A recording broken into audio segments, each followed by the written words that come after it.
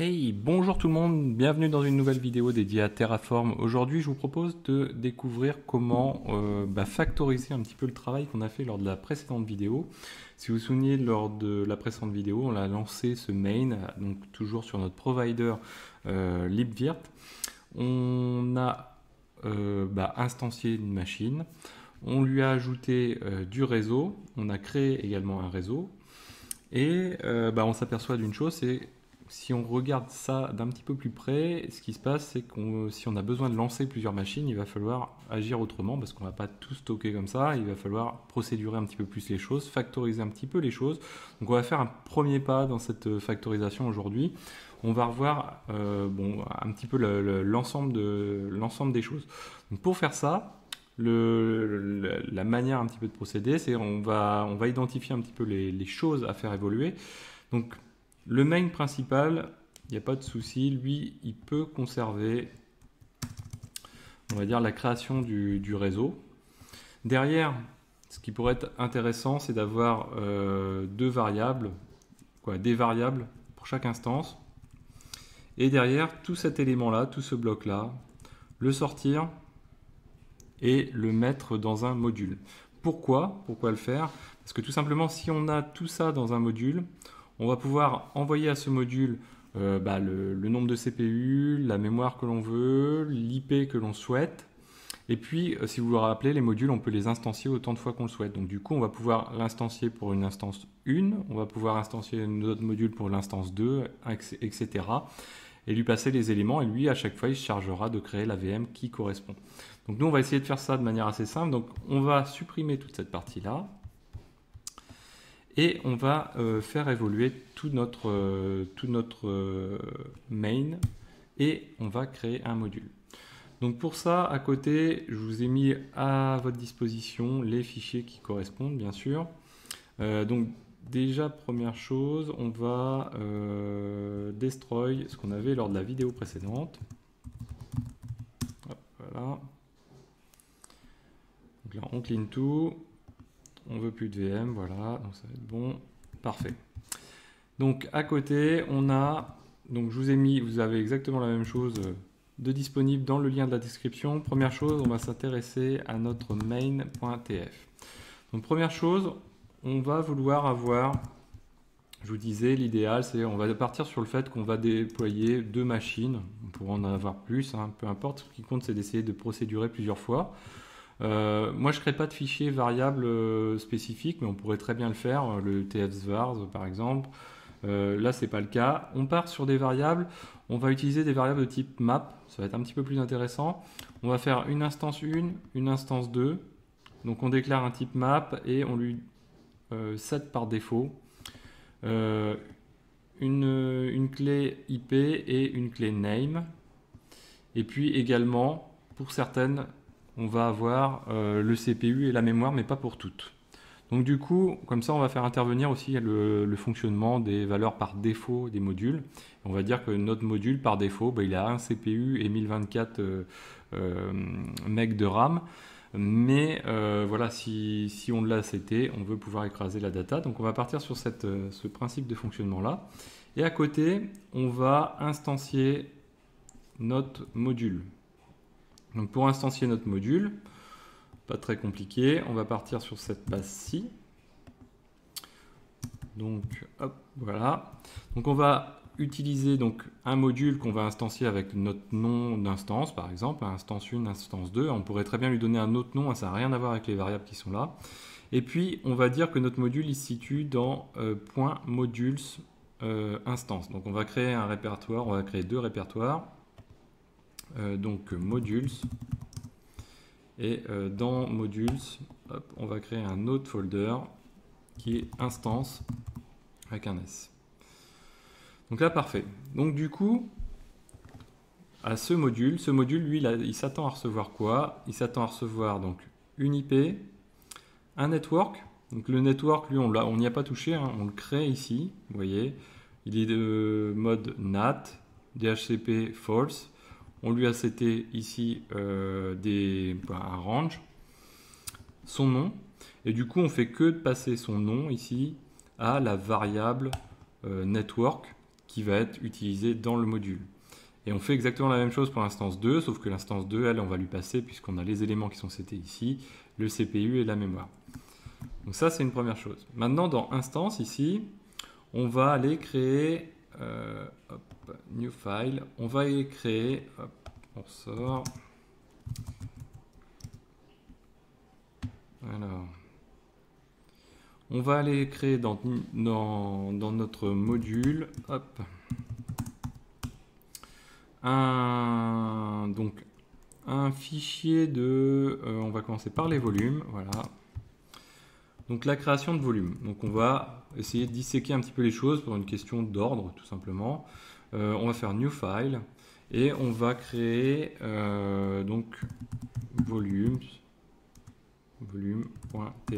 Nous on a un seul volume, potentiellement on pourrait en avoir plusieurs, donc on pourrait mettre un S potentiellement. Donc là c'est parfait. La source, on a dit que c'est .CentOS.set, etc. Donc là, vous voyez qu'on est sur le point, c'est-à-dire que notre QCO qui est ici, il peut rester à la racine. Là, c'est plus pour savoir un petit peu voilà, rapidement quelle image on utilise, mais c'est pareil, les images, ça pourrait être une variable, etc. Donc voilà, on fonctionne comme ça, on pourrait fonctionner autrement. Donc là, on est dans le module, hein, vous voyez, module instance volume TF. Dedans, on utilise donc libvirt volume, ça on ne le fait pas évoluer. Son nom, on ne le fait pas évoluer. Par contre, le nom en tant que volume libvirt, lui on va le faire évoluer parce qu'on ne peut pas utiliser le même volume pour l'ensemble des instances. Donc il faut qu'on fasse intervenir un élément. En l'occurrence, c'est plutôt intéressant d'utiliser la variable du nom de l'instance que l'on a passé via le main.tf, c'est-à-dire le nom qui est ici. Et quand on va instancier celui-ci, le nom qui est ici. Donc là, quelque chose d'assez simple, donc ça on peut le sauvegarder. On va ensuite aller créer un autre file qui va être, hop, on ressort d'ici, le cloudinit.tf.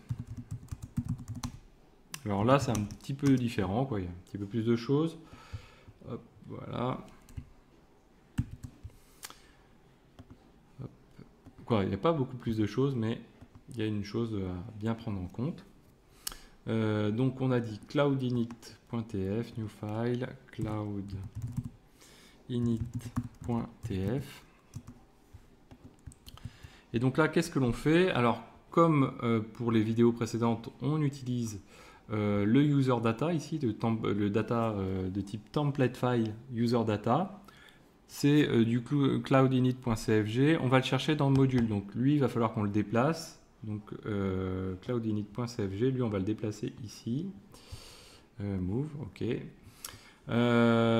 Ensuite, on utilise le template file pour metadata. Si vous vous souvenez de metadata, c'est là où on set les interfaces. Alors il y a plusieurs manières, hein, je vous rappelle, de setter les interfaces. On ne les a même pas toutes vues. Il y a d'autres manières encore de setter les interfaces. Nous, on va le faire comme ça. En plus, là, c'est l'occasion de voir le fonctionnement du template file. Et ce template file, on le fait évoluer. Lors de la vidéo précédente, on n'utilisait pas la partie var ici. L'intérêt de la partie var ici, c'est qu'on récupère l'IP qui lui est passé par le main.tf qui est ici et on la passe à l'intérieur d'un fichier template. Donc ce fichier template, c'est le network interfaces qu'on va déplacer, qu'on va mettre ici, move. À l'occasion, on peut le renommer d'ailleurs. On pourrait le renommer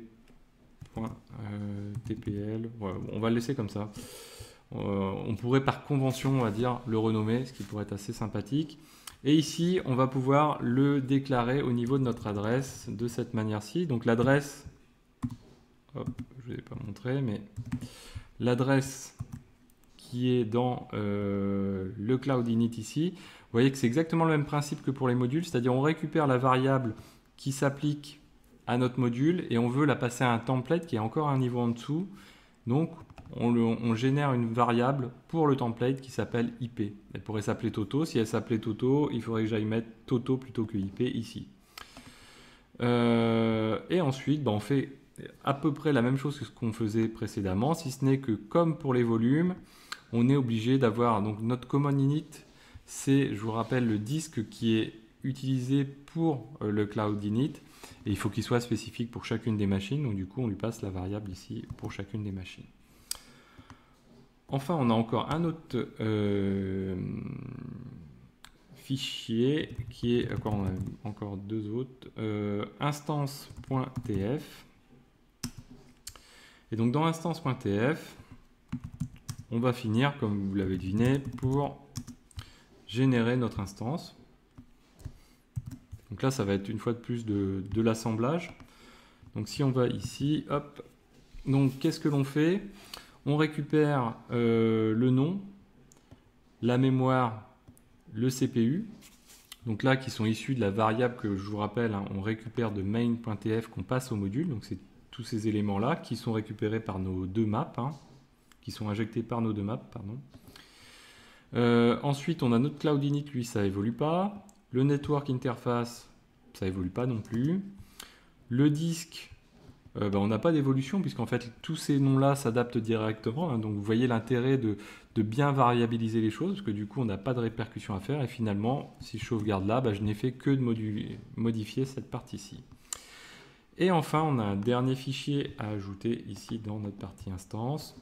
C'est nos variables.tf. Donc là, nos variables du module. Hein.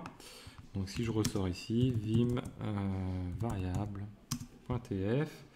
Avec la spécificité, vous le voyez, c'est qu'il va falloir prendre en compte des variables par défaut, puisque je vous l'ai dit, on veut que par défaut, si on ne cède pas le CPU et la mémoire, on soit à 1 et 1024, on va s'adapter à ça.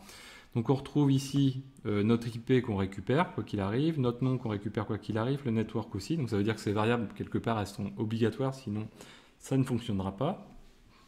Et puis à côté, j'ai mon CPU, qui est de type string, et sa valeur par défaut c'est 1, la mémoire string, valeur par défaut 1024. Voilà, donc avec ça, je pense qu'on a fait à peu près le tour. On n'a rien oublié. Network, variable, volume, instance, cloud init, .tf et CFG. Je pense qu'on est pas mal. Donc là, on a sauvegardé tous nos fichiers, c'est parfait. Donc on n'a plus qu'à se rendre dans notre répertoire et à lancer un apply. Donc on avait destroy, on va passer un apply. Alors on refait un Terraform, hop, Terraform. Donc on a généré un module, un Terraform get, du coup Terraform init. Voilà, c'est la procédure à faire pour prendre en compte nos modules comme il faut. Et ensuite Terraform apply-auto approve. Ok, et voilà. Donc là c'est parti. Donc on a nos deux instances. Hein. Donc on voit qu'on génère les ISO pour les deux instances, etc.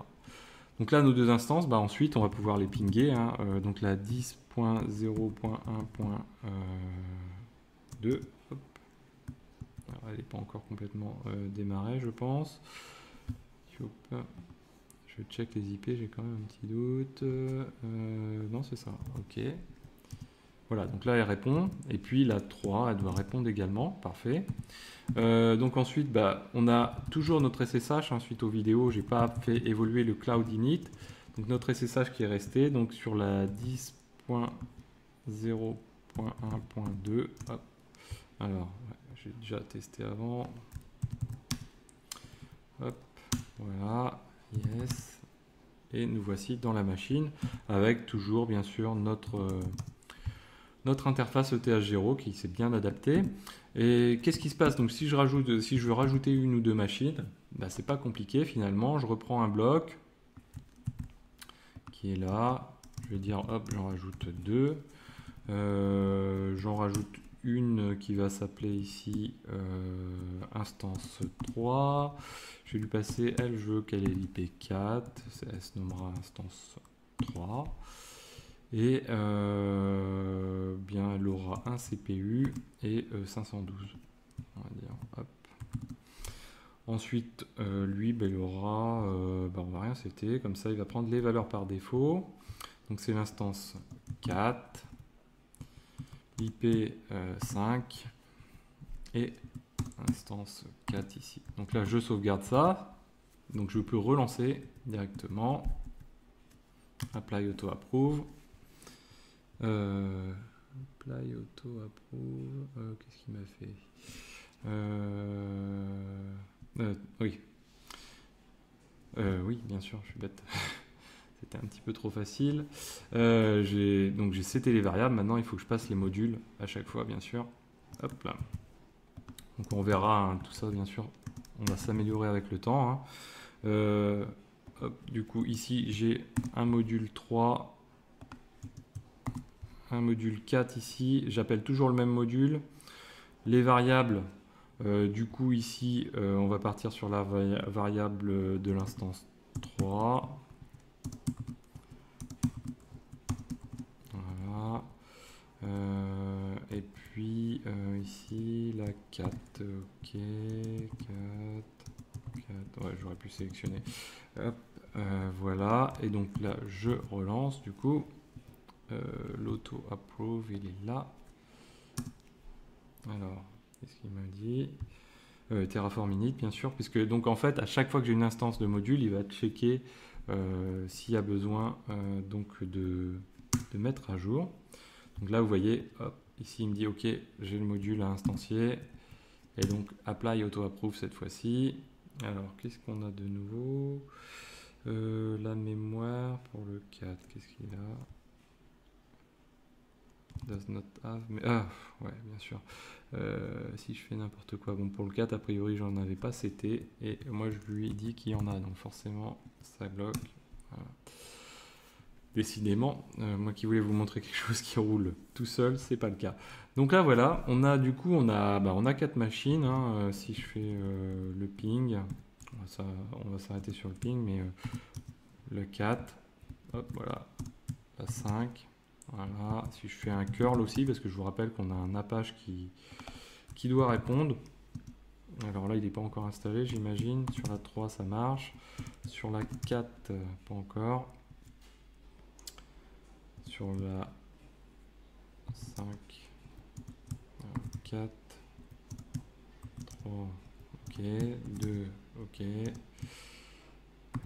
4, ok, voilà, et 5, ok, parfait. Donc voilà, on a installé, on arrive à instancier, ça c'est cool. Voilà, j'espère que cette vidéo vous a plu. N'hésitez pas à la partager, à mettre des pouces bleus, à commenter. Hein, le but c'est de s'améliorer au fur et à mesure. Et n'hésitez pas à vous abonner. Moi je vous dis à très bientôt sur Xavki.